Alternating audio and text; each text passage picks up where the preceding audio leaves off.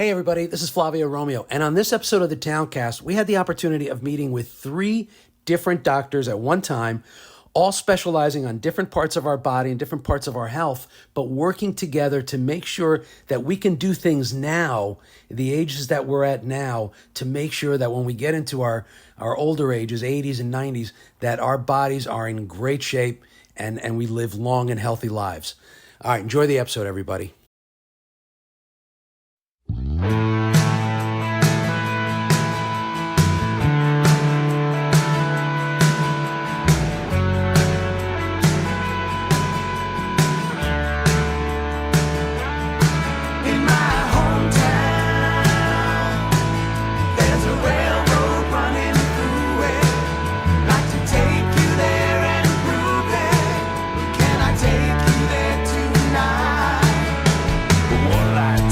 All right, everybody, so here we are. We're in Allendale, New Jersey, and for those of you that have watched the Towncast episodes on YouTube, and if you haven't, shame on you, you might recognize this guy, Dr. Jan.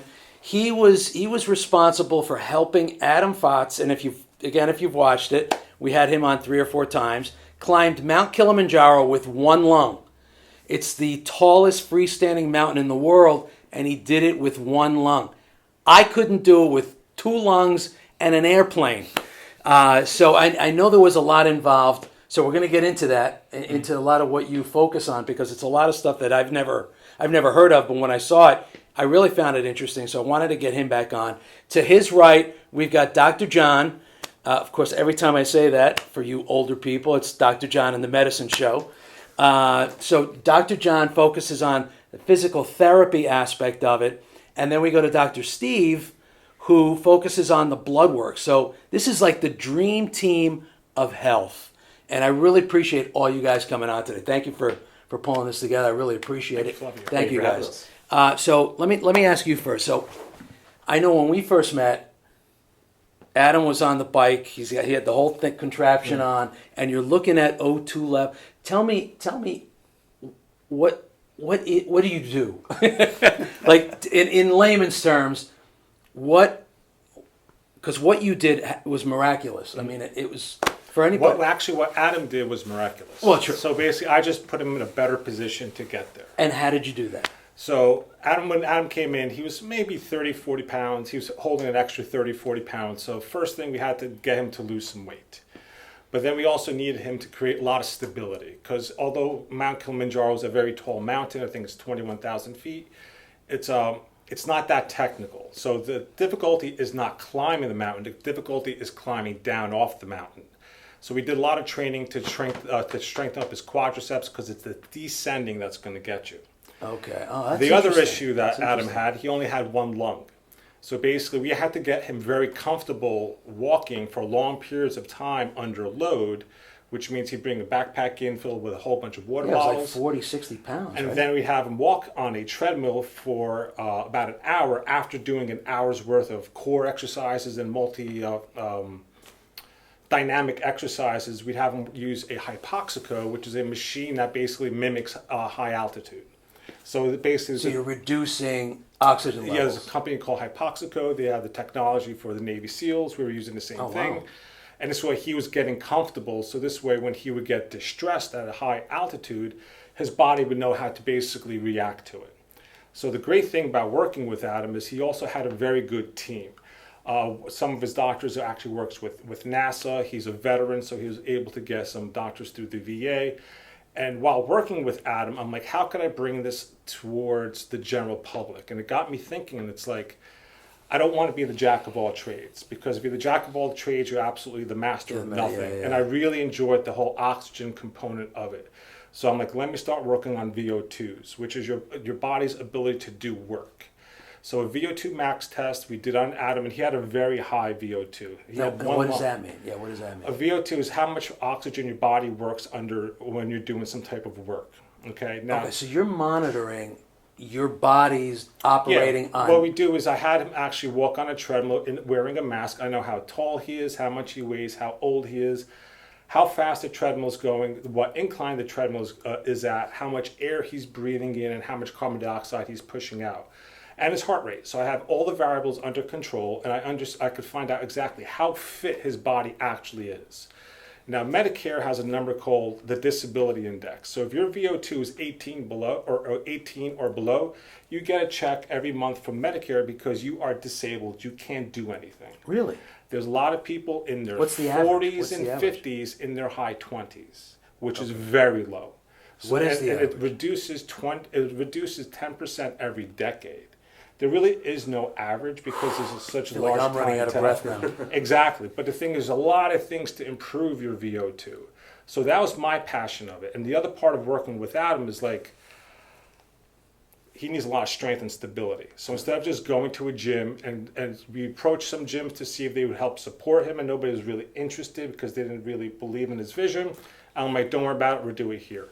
So I'm like, we started doing a lot of stability, a lot of strengthening things, focused on exactly what he was doing. Not beach muscles, but functional strength. Right. So now beach muscles? Beach muscles. Yeah, Which I've are, never had muscles. beach muscles in my life. They're under They're there. I have a protective layer. They're I like there. to protect They're those. there. You have lots of stored fuel. You can go a long way. All right. I'm only joking. But the thing is, it's like now I'm doing the cardiopulmonary, the oxygen stuff. Now I'm also doing the strength and stability stuff. And then it's like every once in a while, because he has idiopathic pulmonary fibrosis and a lot of other medical issues as well, he would always go to another doctor. He would literally walk out of my office, go to Hackensack Medical and get a procedure done because his arteries were collapsing. And then text me a half hour later, I'm totally fine, everything's fine, just had a balloon angioplasty, I'm okay. I know, you said that. Yeah. I'm like, okay, great. Yes, how you doing? Oh, it's So good. then had I a brain needed somebody tumor. to take over and look more in depth with like the blood work. How is this person functioning? So then by happenstance, I run into John. And I learned about John from another client of mine, and I saw what he was doing, and I'm like, he's brilliant at what he does, and his explanation of everything is brilliant. And then literally the next day, I'm sitting in a parking lot, I get a text message from another doctor. He's like, you need to speak to Steve. And then he introduced us. So then it's like the next day I'm talking to Steve, and then about a week later, the three of us meet. So the thing is, it's about, Steve is also brilliant at the way he explains things. So if you go onto his Instagram page, he has lots of followers because he explains things so well. So I found that when I started practicing, it's not about what you do, but how you could explain things to an actual client and understand. It's like, yes, you might have a hip issue now, it's going to get resolved, but what's your long term, like what are you looking down the road? You want to make sure that you're going to be able to thrive, like in your, not just in your 30s, but in your 40s, 50s, and 60s. You don't want to go ahead and get to a certain age. Keep going. 70s, exactly, 80s. fall off this cliff. Exactly. Yeah. So basically, that's what we're focusing on, is trying to get people to understand that you could actually, it's not all downhill in your 50s. I'm 50 and I feel fantastic. I feel in better condition now than I was in my 30s, but that's because I've basically built up these certain habits with what John and Steve also follow. So that's my story, how I went from Adam to basically how it basically culminated to something like this. And see, what I love about what you do and what you guys do and now are doing like kind of in tandem is that, you know, we are so used to just going to the doctor, getting a checkup. He does the blood work. He does all this. It's like, well, you know, your cholesterol's a little high, and this is. But what I love that you're doing is that you're getting people ready for aging. Like you're giving them the tools to age properly. Because I don't want to be in my 80s in diapers. Sure. I want to be healthy. I want to be, you know. Obviously, I'm the fattest guy in the room. What I tell my clients is humans can do hard things. You must do hard things every day. Yeah. So I do curse. I tell people you need to lift heavy shit every day. Because if you're not going to do that uncomfortable thing every day, then life's going to be difficult. Yeah. The hardest stuff you do, for some reason, life becomes much easier. Yeah, that's true. Like getting up in the morning. Sure. Just got to start. So, Dr. John, did you know Dr. Jan before No. No, We just met recently. We shared a We mutual grew up in the patient. same hood, though. Yeah, Did we you know really? all Yeah, we the same did. We know people. all the same people. So I'm Carlstadt. He's East Rutherford. And there you go. We started throwing names around. We were like, wow, we got a lot of cross. You guys competed in football, right? I'm sure there was a rivalry between those two. So tell me what you do. So I'm a physical therapist. I have my own practice, Ethos PT. The reason I opened it was so I could treat people one-on-one and do it the right way. Worked in other places where, most people have this vision of PT where it's one PT running around to like 6 different people and it's madness and you go in the corner and do your own shit. Which is usually like that. Yeah, and that's you not get started here, I'll be back. 100%. Yeah. And that's not PT, that's a business. Like, my goal is you come in, I teach you what's wrong. We figure out what's wrong and we make a plan for you. So like everything is an hour and a half session. You're just with me. It's us two talking, teaching you what to do, and then go do it. Like, see you once a week, every 2 weeks, something like that. Where it's not you're spending all your time there because you get yourself better. I just give you the program to do it. So like that was my mentality and why I do what I do. What are the majority of cases that you see coming to you? So I'm a general orthopedist, basically. So anything from head to toe. So it could be someone with neck pain, someone with shoulder pain, back pain, whatever it is. Age range is usually those like 20s to 60s. I'm probably more in like the 40 to 60 active adult. Tends to be a lot of the like guys and women that have been going to the gym for years, doing the same stuff, but now their bodies All of a sudden it's like, ow, why does this yes, hurt? exactly. Like, I used to bench this, I and can now relate. my shoulder hurts. Yeah, And I I'm can like, relate to that. all right. Or any pickleballers. Yeah, like sports, especially like guys playing basketball. Our knees aren't what they were 20 years ago. Yeah. Like, you got to adapt and change. So you come in with shoulder pain, hurts when you bench, right? Like, let's look at your mobility. Let's look at your strength of the rotator cuff, different areas where what's wrong and why. So and do you do the whole thing, like checking all the joints, like what's going on? So basically, we're going to do a functional assessment, meaning like shoulder specific, like all your ranges of motion, overhead, behind the back, when you're in a bench press position, like do you have pain here just getting there? Like, never mind adding 300 pounds on top of it. Right. And then finding your deficits. And like the word I like to use is root cause, right? Like your pain may be here in the front of the shoulder, but is it because your rotator cuff is weak? Like, putting a pain patch or taking a medication isn't fixing what's wrong. It's putting a Band-Aid on Exactly. it. Yeah. So that's pretty much like my mentality on it, and that's how you fix the issue long term so it doesn't come back. Are you getting a lot of pickleball players coming in? Because this is A couple. It's growing. I mean, the gym. I keep hearing commercials on the radio. It's like, if you get hurt from pickleball. Yeah. I play basketball at a gym by me, and the pickleballers are slowly encroaching on our time, so we have a little war going. Oh, really? Like, we don't like the pickleballers. Like, they're taking our courts. But right, they're taking everything. Yeah. All the tennis courts now. It's so popular. Yeah. But well, I'm cool. sure it's going to be good business for you. Yeah. I got to start specializing in pickleball. So if people are, because again, I wake up every once in a while, it's like, why does this hurt? I did nothing to create pain here. Yeah. So if people, if they're experiencing some kind of mobility pain, pain just day to day, they can contact you and say, listen, I want to come in. I want you to see because it's not right. Something's off. Yeah. And so what is that? If I come in and say, my hip's hurting, what would be your first action? So we figure out why. And it could be a lot of different things. It could be, your lower back, you're compensating, or it could be a hip joint issue, or it could be strength and stability. Like, there's so many different variables, and the body is like one functional chain. So like a lot of the times people come with like knee pain, but it's really because their hip's not working well. So then you're using your knee too much. Like, and everybody's different. So it's that journey. Brilliance of technology. So we were talking about that mobility pain, and it's oftentimes when you have a pain on one side, or you hurt your ankle and you're walking, you're limping a little bit. It's like, well, I want to take the pressure off of this. Then all of a sudden you're creating pressure on. Then you don't realize that it's going to affect you days later. Exactly. Yeah. And that's, if you don't solve the root issue, other things pop up. Yeah. And that's like, we let that go, and we pop an Advil or an ibuprofen, and we're like, we're okay. Like, it'll go away. Just give me an and leave. it might for a little while. Yeah. But really, But again, you're masking it. You're not fixing it. You're not addressing it. 100%. And I think we tend to do that. I know I tend to do that. You just mask it. Just let's not worry about it, and then it comes back, and it's like, let's take another pill. Yeah. Yeah, and that's been a huge problem with opioids when people started struggling and they just taking painkillers over painkillers. All right, so now let's talk about the blood guy.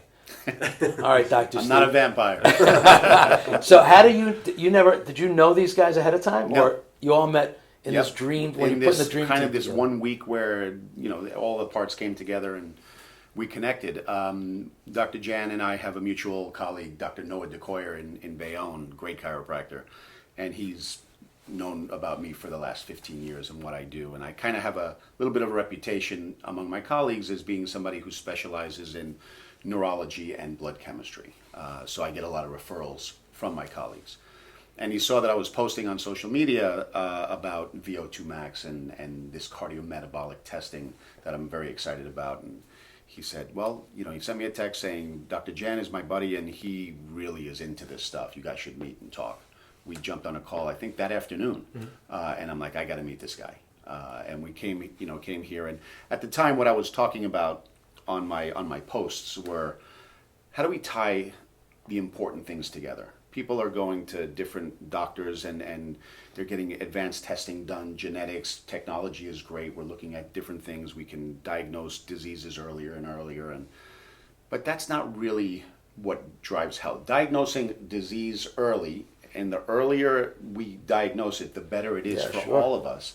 But by definition, you have the disease already, right? Right. So if you're you're already diagnosing late. a disease, you have it. You're already late. So my passion is really to understand, not necessarily, I don't like the term longevity because I think we all have different ideas of what it is.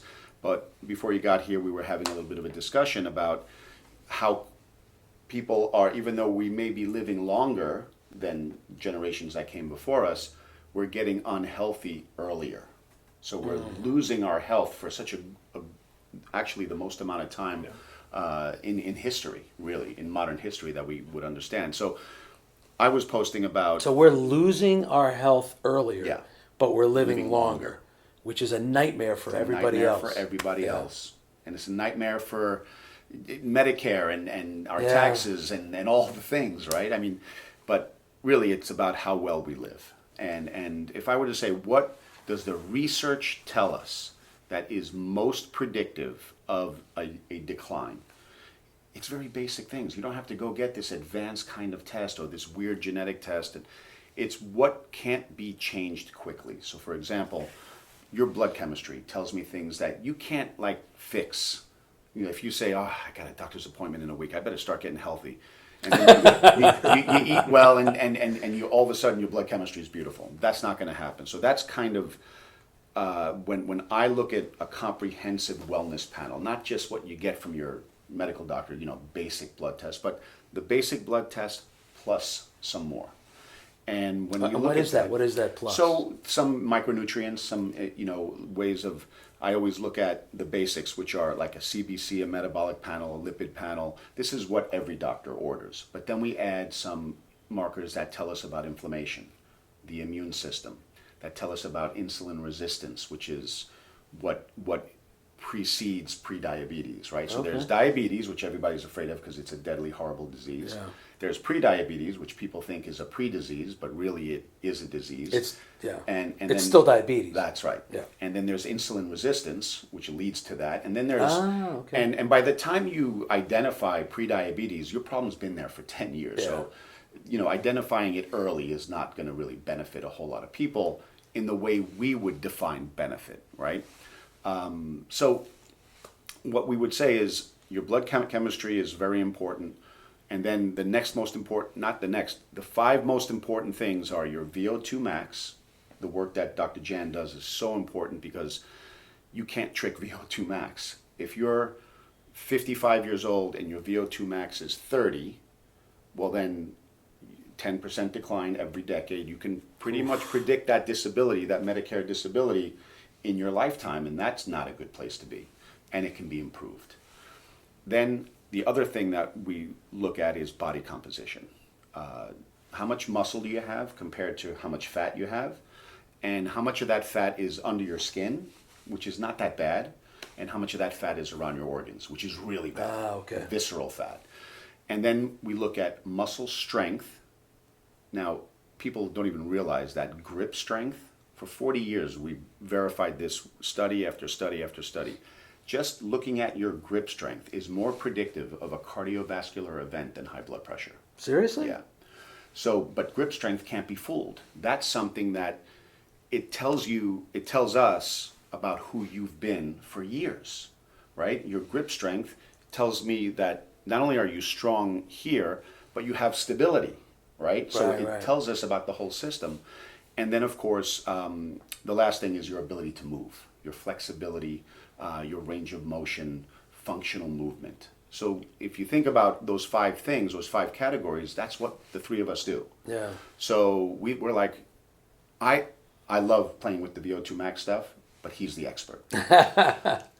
I love everything about mobility, but I have not been in practice looking at range of motion and functional movements and correcting injuries. That's Dr. John. The way he does. Yeah. And then on the blood chemistry side, that's my sweet spot. That's kind of my superpower because, blood chemistry is something that, I went to the doctor, my blood's fine. I'm like, how long did you spend going over your blood work? Oh, there was nothing wrong. I was in there for 5 minutes.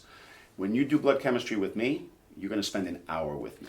See, that's so true because when I had my physical last year, did blood work, and then I get the report and I'm looking at it, and my brother's a nurse practitioner up in Maine, and I said, "What does this mean? This is negative." He goes, "Oh, everybody has kidney failure." I'm like, "What? Everybody has kidney failure?" He goes, Eventually it does fail. Yeah, don't worry about it. It's just everybody has it. I'm like, or what about, so, going through the numbers, and then, I sat with the doctor, and the doctor's like, "Oh, yeah, everything looks good." I said, "Well, what about the kidney failure?" He goes, everybody has that." Do you know what I'm talking about when I say that? Dude, yeah, your GFR. Yeah, your GFR. So I'm like, what do you mean everybody has kidney failure? I mean, eventually, I would think it's going to lead to something worse. Mm-hmm. So you More go. important than leading to something worse is what are all of the things that happened to get you there. Right. Right? It's not like that was the first sign. Yeah. I figured it was the dysfunction. vodka and the beer and the wine. That's what it was. Here we go. Case closed. Thank you. Good night, everybody. Now, what we teach everybody is how to drink vodka, beer, and wine In for a the healthy rest way. of your life. Yeah, right. Do it properly. Don't mix the 3. So when you go through the blood work, and you said you like to go a little deeper, so talk a little bit about that. How much can your blood tell you about their body? Yeah, so this is a great question, and let's just take a little piece of it. On what we do, VO2 max, your red blood cells deliver oxygen. That's their job. So you breathe in, the little trucks come into your lungs called red blood cells. They pick up the oxygen, they drop off their waste product, CO2, and they bring that oxygen to Which the is like a cells. blood cell's poop. Yeah, CO2 is the poop, and the oxygen is That's the good stuff. The good Yeah, stuff. okay, all right. But I'm putting it in layman's terms. I have a third grade education here. But even just looking at the most basic blood test, a CBC that every doctor orders, that red blood cell information is incredibly valuable. It can tell me if your red blood cells are too few, if they're too small, if they're too big. It tells us about the protein inside the red blood cell that's made from iron that actually carries the oxygen. So I could look at a CBC and give you information, the thing that people, like all the doctors listening to this right now are saying, well, yeah, if they have anemia, they have anemia. You refer them to a hematologist. Well, no, there are people with anemic tendencies. There are people who are inefficient. Now, do they have a disease? No. But are they going to perform well on their VO2? Probably not. No. And if they can't perform well on their VO2, are they performing well in their life?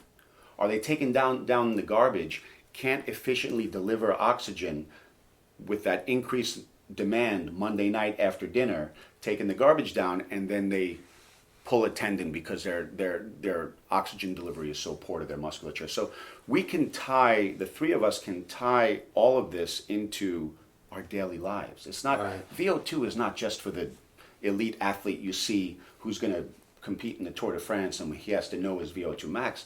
We have somebody scheduled who's turning 80 next week to do a VO2 max test, right? Nice. Because That's he's awesome. turning 80 and he's a high performing, real estate maven in New York City, and he wants to perform for years to come, and he wants to know where his VO2 max is at. He wants to know, can he improve it, which the answer is always yes. And he wants to know his strength, he wants to know his flexibility, he wants to know his movement capacity, and he wants to know his blood chemistry. It's amazing to me because I didn't know any of this stuff about any of it. I mean, again, I think, I'm like a lot of people that are watching, that you go to the doctor, you get your tests, and you walk out. If there's nothing like, no red flags up, and then it's just, just monitor your diet, cholesterol's up a little bit. But you make a good point. If your blood cells are not carrying the oxygen to parts of your body, then they're going to come to see you because something screwed up and not working right. Yeah. If I could add one more thing to that, sometimes the solution is incredibly simple. So for example, a tiny red blood cell can be a simple iron deficiency. Most doctors are not even ordering ferritin, which is how you measure your storage of iron. They're just ordering. They don't order that in the testing. Well, some doctors do, but most doctors will just go with serum iron, which is not very helpful. Ferritin is the standard to use, but most doctors don't check for that. If the red blood cell is too big and it's inefficient, it could be a vitamin B12 problem, right? And then, Which is kind of an easy fix. easy fix. Take the supplement, eat the food, whatever it takes. Yeah. I don't believe that you get your health from a plastic bottle of supplements, but sometimes we use nutritional supplements to move the needle, Boost it a little bit, and yeah. see get you from where you're at to where you need to be, and then teach you about diet and lifestyle to take over. Now, do you do that? Do you talk about diet? Do you go over? Absolutely. We look at natural solutions for everything that we find. I've done 4,000 sets of blood work over the last couple of years, and I will tell you that there's nobody who doesn't get a recommendation.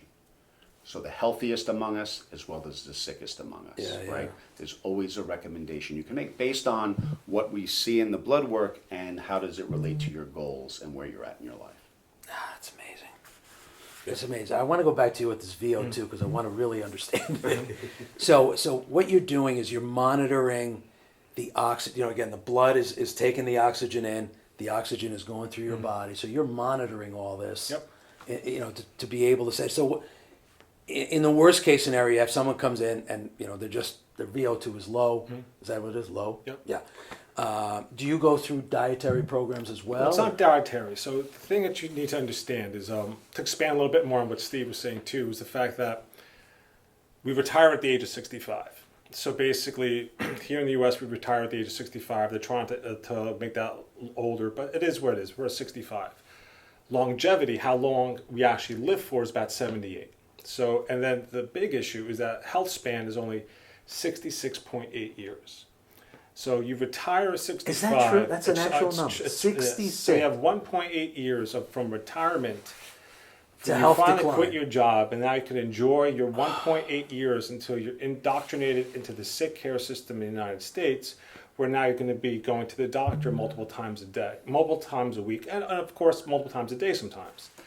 So the VO2 does two things. Like Steve did mention, I do work with a lot of high-end super athletes who do VO2s because they want to know what kind of engine they have, and that's hugely important.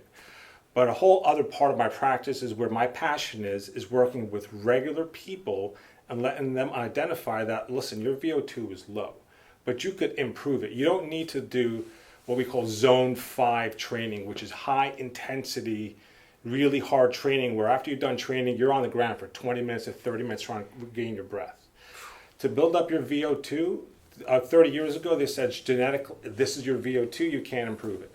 Well, Is that what they said it was genetic? This And that's genetic, it? you can't improve it. But now they found out that if you just do breath holds while going out for walks, just going for a nice, passive, easy walk and doing breath holds, that will increase your VO2. Is that just holding your breath Holding while your you're breath walking? while you're walking and only breathing in and out through your nose, not through your mouth, because when you breathe in through your nose, it releases a thing called nitric oxide, which gets more blood to deeper parts of your tissues. But then also with a VO2, you learn your zone 2. So a big part of zone 2 and a big reason why we're getting a lot of liver transplants and it's insulin resistance is because we can't burn fat because we've become too efficient as a society and everything's too easy because we don't do hard shit anymore. So when you learn what zone 2 is, this is the heart rate where your body burns fat for fuel. So basically on a scale of 0 to 10, 0 you're sitting on the couch, 10's the hardest thing you ever did, about a 4. So if you can maintain a 4 when you're exercising or walking or doing any kind of activity, your body starts burning fat for fuel. Okay. And that's going to basically allow your body to burn off the fat around your organs as well, which makes everything else function better. So VO2 is definitely there for the high-end athletes to see what kind of engines they have, and I could train them to improve the performance of that engine. But for the majority of the population, this is what's going to basically be the biggest indicator of your future health, is having a high VO2. Right.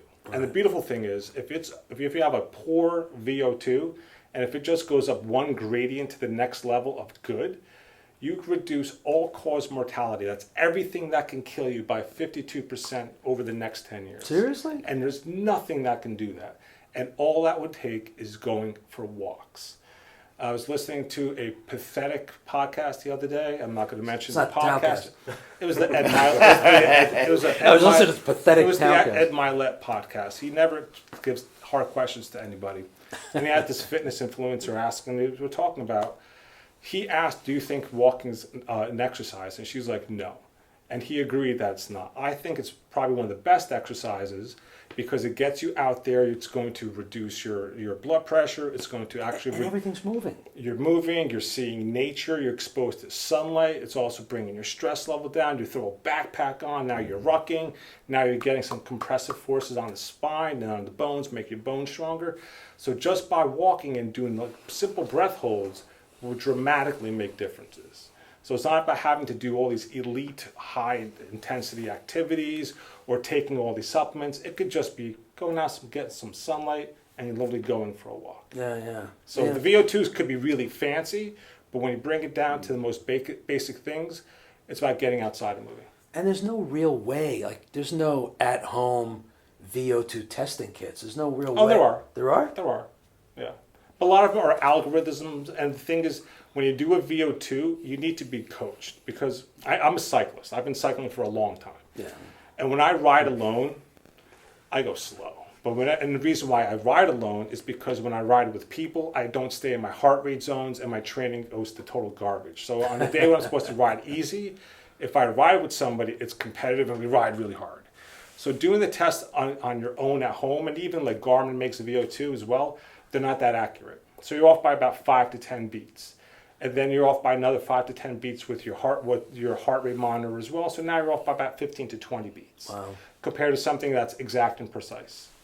And it's not an extensive, like if someone comes in, they call you up and they say, I saw it, I want to do a VO2 test so I know where my level is, where I'm at right now. How complicated is that test when they come in? It's very simple. It's 45 minutes. Basically, we put a mask on you. We have you walk on a treadmill at a very nice slow speed. We slowly increase the incline, increase the speed. You might be running towards the end of it. I'm next to you the entire time, listening to how you're breathing. The test total time is about 9 to 15 minutes. And then basically we review the entire test with you as well. Just like Steve said, he spends a good amount of time reviewing blood work. I do the same thing. I spend about a half hour reviewing all the findings. We also do the body composition test. But then it's also the follow-up. Now I'm going to give you some more things to do at home. So this way, it's not there just to give you more stuff to do. It's like, I want to know, I don't want to explain everything exactly after VO2. It's a full max effort test. So you're going to be a little bit tired. Yeah. So I follow up with you the next day, asking you more questions and see if you have any more information that you need. If somebody couldn't do, let's just say, like we're going to do one on an 80-year-old, they don't necessarily have to get to the maximum effort. If we get them high enough, that's safe for them, the algorithm will actually fill in the rest. Yep. Oh, really? So and it's very accurate to do it that way as well. So you don't, if anyone's concerned about taking themselves to the maximum, that doesn't necessarily have to be the case. Yeah. Okay. So if someone is overweight, like I'm overweight, but if someone's like very overweight and they come in, they say, listen, I know I'm not healthy, and this is a question for all you guys. I know I'm not healthy. I want to get healthy. I want to see where I'm at right now. So as I'm getting older, because I feel this way, as I'm getting older, I want to find out, what's ahead of me. Like what can I prevent? What can I do now to, change the course that I'm on? So, I guess that kind of goes for all you guys, right? Yeah. If someone comes in and says, I want my blood work, I want to see where I'm at right now, where the dangers are. You nailed it. Where am I right now? What's your baseline? Yeah. What are the those five categories that we discussed? Knowing your baseline, we can discuss what's realistic that you could improve, over the next 12 weeks, over the next 24 weeks, depending on what your goals are.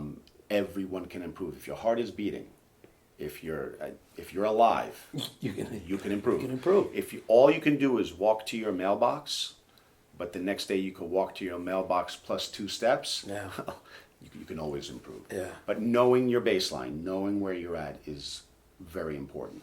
Look, there are some symptoms that people have, like fatigue, right? They're tired.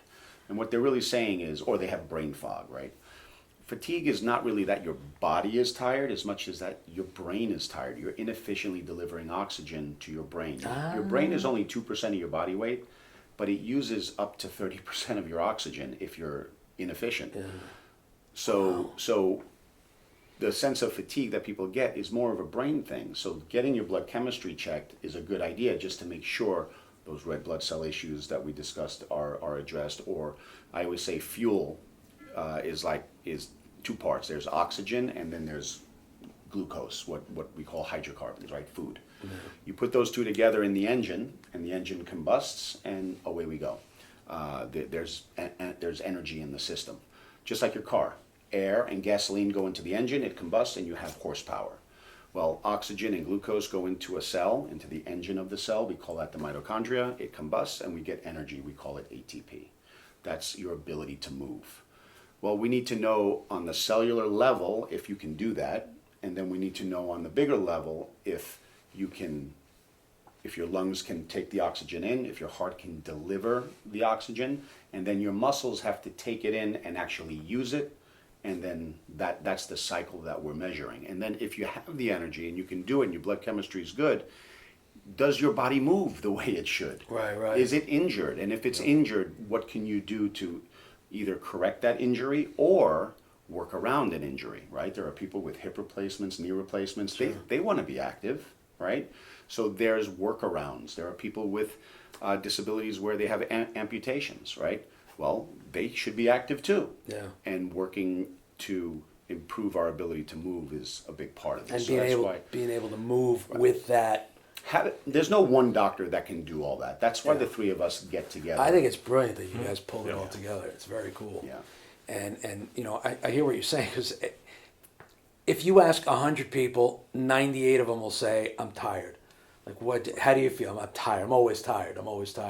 And it never even occurred to me that it could be the blood's not getting the oxygen to the brain, which goes back to the VO2.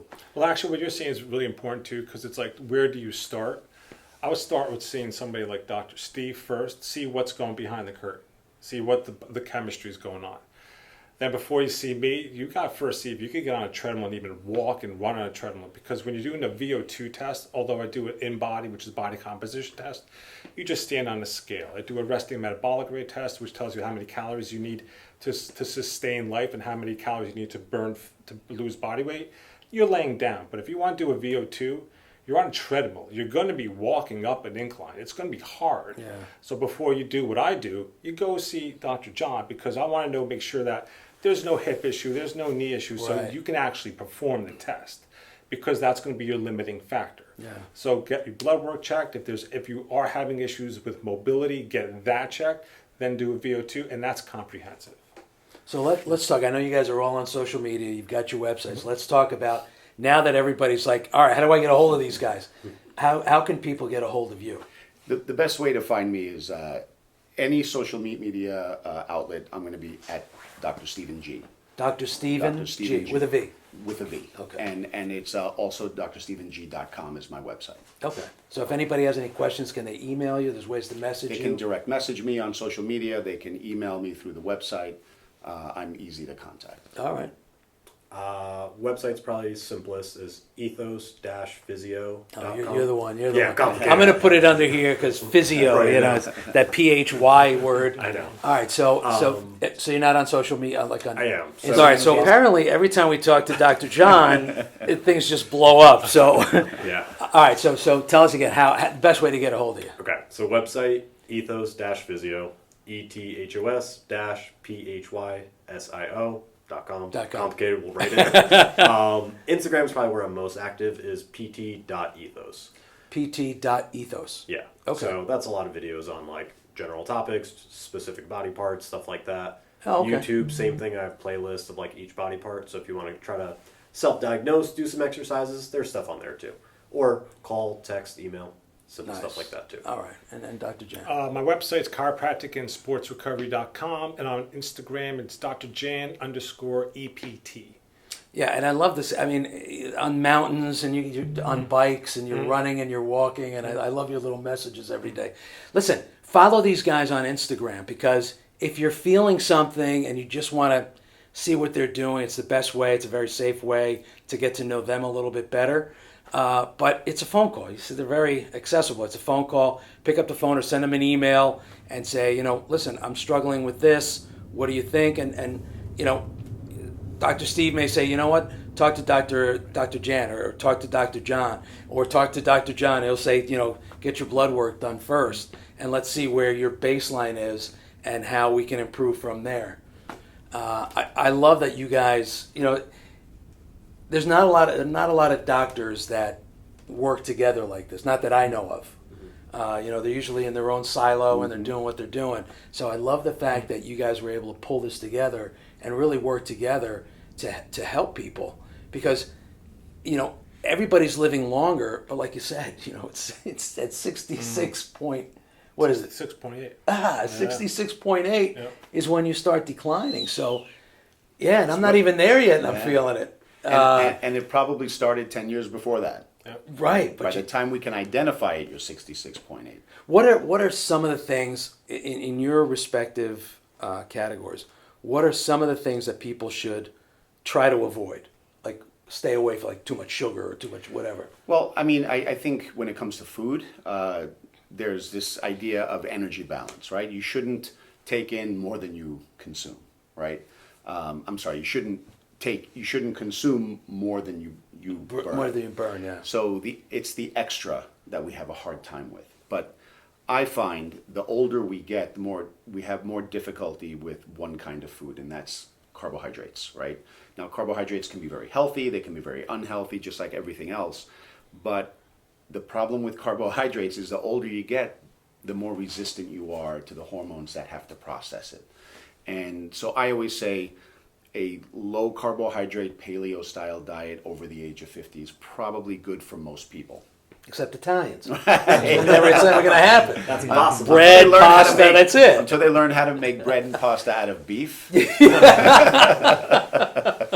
All right, so that's good. I mean, we've heard that for years, and as you get older, you don't burn anything. It seems like, I don't know, you run and you do this and you do that, but you're stagnant. Yeah, and don't think that you're going to lose weight by exercising. Yeah, I see that. Burning calories is not the way to lose fat. And we should stop saying lose weight. We should start saying lose fat. Yeah. And visceral body fat is really the most important. And I have visible body fat. That was good. Yeah, I mean that's and you hear that all the time. It's just it's what you put in your mouth. Yeah. And that's why no offense to anybody out there that's on those diet drugs and the injections and all that stuff, but it's like, stop putting. I know why I'm this weight. I know I could tell you exactly why I am the weight I am. well, the number one piece of advice that doctors give to people is after they give them a prescription is eat right and exercise. That's it. No, but that doesn't work. Right. Eat right and exercise. We've been saying it for 75 years. It doesn't work. We need to understand how we manage cravings. We need to understand because... Or why we're craving. Like, why Well, are we craving sugar right Right, now? because if it's a game of willpower, you're going to lose. Yeah. 100% of the time, you're going to lose. 100%. There's no reunion episodes of The Biggest Loser. Yeah. Right? Because they all gained their weight back, Right. 100% of them. Yeah. And their motto was, eat less, exercise more. They all lost all their weight, and then they all gained it all back, and there's a reason for that. Yeah. And that's what we try to avoid, actually. The VO2 max testing, together with blood chemistry and strength, is the way, if you have a long way to go to lose weight, don't be in a rush, and do it in a way that assesses these factors, so that when you do lose the weight, it can be permanent, and it can be permanent. Yeah. It's interesting because we all drive cars, and when something's wrong in the car, we immediately take it to the mechanic. But when something's wrong in our body, it's like, let's see how I feel tomorrow. You know, but you know, blood being such an important part, it's running through your whole body. If you can't get your handle on your blood work, you know, you're in trouble. And you know, same with oxygen. You know, obviously. So what would your recommendation? I think we already heard it. But mine, it's super simple. It's small, sustainable habits. Because you jump on it like a fad diet or something, it's not sustainable. Yeah. My wife loves to bake. I love my wife to death. She's a phenomenal person. But clearly you don't eat her work. I do, but I do. So here's the story. She went on a business trip to Atlanta. She went Monday. She came back yesterday. She makes a cake. It's like 8 inches tall, and it's huge. And she left it. She had a little piece. She just wanted to taste it. So I do train 4 times a day. I wake up in the morning. I do kind of an old man workout, and I do a ruck for about an hour and 15 minutes. I go for a backpack, put a backpack on, go for a walk, do some weightlifting, and do some cardio at night. So that I could eat her desserts. Just staying ahead because of I am eating. the world's greatest husband. So I'm not exercising so I can eat certain foods. But at the same time, it's about relationships too. So I don't want to be the guy who shows up at the party and not having birthday cake. Right. I don't want to go to my dad's 80th birthday. That's against my diet. It's small, sustainable habits. This way you're not cheating. You're able to have things which aren't on your list of things to eat, but you can still have them because, as Dr. Steve said, it comes down to energy balance as well. Yeah. So if I know I'm going to have some cake, I better go burn some calories before I have that cake. Now, is that sustainable? No. But to do that you're not having cake every day. Exactly. I did it over 3 days, Yeah, but I'm yeah. not going to do that for... Did you finish the cake? Of course I did. And I was That's even- love I was right there. even That's dunking love. it into peanut butter. But that's the thing, is I did that for 3 days. Okay, I won't do that for a while because it's sustainable. Small little habits actually give the best results. Yeah, and yeah, it's breaking old habits, developing new habits, and just sticking with it. And like you said, it's not just take a walk. Yeah. Just walk around the block, walk to the mailbox. And don't worry about walking tomorrow. Just get it done today. Yeah. And then you're going to wake up tomorrow, enjoy it, and then try to get out tomorrow. Yeah. But don't think about it. Just get out walking today. Yeah, and then you get those people. What, it was raining for the last 3 days. Walk around in your house. Yeah. That's what I do. Do the I stairs. actually Walk do the do that. stairs. Yeah, I actually do that. There's stairs. You know, there was a comedian one time. He's like, I don't understand people. They get in their car, they drive to the gym so they can go on the Stairmaster. Yeah. Just walk on your stairs. Just walk up and down your stairs. Yep. All right. So what would your biggest recommendation? So very much that move. Yeah. Like we are meant to move. If we live a sedentary lifestyle, things are going to go sideways. Like we sit at a desk for 8 hours, we go home, we sit on a couch for 4 hours, and then we go lay in a bed for 8 hours. Like that's not life. Like we're meant to move. We're meant to do different things. And what happens as a PT guy? What happens? Like what happens to your body? You know, you're 60 years old, you're overweight, you're sitting at your desk for 8 hours. You get up to go to the bathroom, get a cup of coffee. What happens physically to your body? A lot. It degrades is basically the best thing. Like, you know, our spine is strong and resilient. It's meant to hold our body weight, move, do things. Like, if you're just sitting in a chair all day, like, none of my musculature, my core is working. My glutes aren't working. Like, those are two that go away real quick. And then you have low back pain. Yeah. Why? Because you're in a bent position like this, like sitting like shit, and then you're not moving, nothing's working. Like, it adds up. And I mean, then your neck hurts, and then your shoulders hurt because they're rounded. Like, we are meant to move. It fixes all your issues almost naturally. When you want to, like, get up and crack your back and bend backwards, like, that's your body being like, hey, we're supposed to be there, move around. not rounded. Even your iWatch will tell you to get up. Yeah. It's time to stand. That's really all it is. Like, whatever it is you like to do as well. Whether it's running or swimming or lifting weights, like, do something. Just find stuff you like and move around. Hey, listen, a gallon of milk is 8 pounds. Just grab that gallon of milk and just lift it up like you're drinking it 4 or 5 times. Half a gallon is 4 pounds. You know, there's not a lot. It doesn't. Yep. It doesn't take a lot. It just, and the way I always used to say to friends of mine, it's that we're really struggling more than I do, is just do something you didn't do yesterday. If you keep everything else the same, and you get up and you walk for half a mile, you're doing better than you did yesterday. For sure. So just little achievements. But the biggest achievement is to either contact Dr. Steve, go to his Instagram page, go to his website, And I strongly recommend just getting blood work done more than what your general practitioner is going to do, because they're very top line. They're not going to dig into it where Dr. Steve will. And with Dr. Jan, find out where your O2 levels are and see what you need to do to get to where you want to be. And of course, with Dr. John, in terms of physical therapy, just my wife had the situation. The chiropractor told her, "You're out of alignment. Like you're just not aligned. Like your neck is way over here. Something is wrong." And do you get that? Like when you look at somebody, it's like, yeah, you're compensating for something. Yeah, things pop up quick, and most people know what's wrong with them. Like you have a sense of like, all right, like something's off. Like let me just go figure out what it is and how to fix it. And that's the problem, is if you don't, then you're compensating. Yeah. Like if this is hurting, you're compensating in some other way, and then that's going to start hurting. And then similar to what Dr. Steve was talking about is like you can come without an injury. Like come get screened to make sure you're moving well. That's what I did. That's it, Anyways. screening. That's what I did. I'm their patient. Yeah, I think I'm the oldest one in the room, so Yeah, like that's for all of us. Is you don't have to have an issue. Like go prevent the issue. That's Right. really what it's about. Find out where that baseline is. and go perform better. Yeah. Right. Go perform better. You don't have to be hurt. How do I perform better? You don't really know what your movement limitations are unless somebody examines you, because you don't really feel your limitations because you're not going into them. Right. So having somebody like Dr. John, when we had our assessment and you had me, it's embarrassing what I was unable to do that I didn't know I was unable to do. You don't know what you don't know. Right. Interesting. Can you share what that is? Yeah.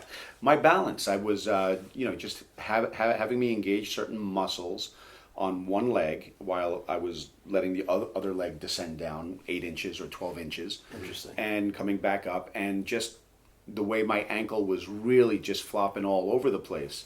And then, again, losing my balance. And when you're in your mid-50s, and I'm losing my balance now, what is it going to be like when I'm in my mid-60s? What is it going to be Might as well like? get a walker now. So you can tell that, like if someone, if when you're doing a balance, like you could look at it and say, okay, Yeah. there's some issues here. And a lot of it's like functional screens. So you're squatting, you're hinging, you're doing a lunge, you're doing a step down, like stuff that we do in real life. Like I'm not making you do an elite performance assessment. It's like, Right. let's do real stuff. every like, day, yeah. If you want to pick up your kids, you got to know how to bend at the knees and the hips and lift. Like that's the same as a deadlift or a squat in some aspects. So let's look at it in real life. Yeah. Well, listen, I really appreciate all three of you guys. Dr. Jan, I appreciate you putting this together. Dr. John, Thank you. Dr. Steve. Thank you. This is, I thought when I first sat down with these three doctors, I thought my family was going to come in. We were going to have a health intervention because of the amount of Italian food and wine that I consume. But this, I still feel like it was an intervention. I really appreciate everything you guys had to say. And, you don't learn this. This is not taught to you. We don't learn any of this in life. You don't learn it in school. You don't learn it as an adult. So I'm glad that we were able to share this time together. I really appreciate it. Absolutely. And make sure you contact these guys. Any questions, anything you're feeling, or even if you just want to know where you're at the time at this time, give them a call, check them out, send them an email, and let's all live long, healthy lives, right? And tune into Timecast. All right, be well, everybody.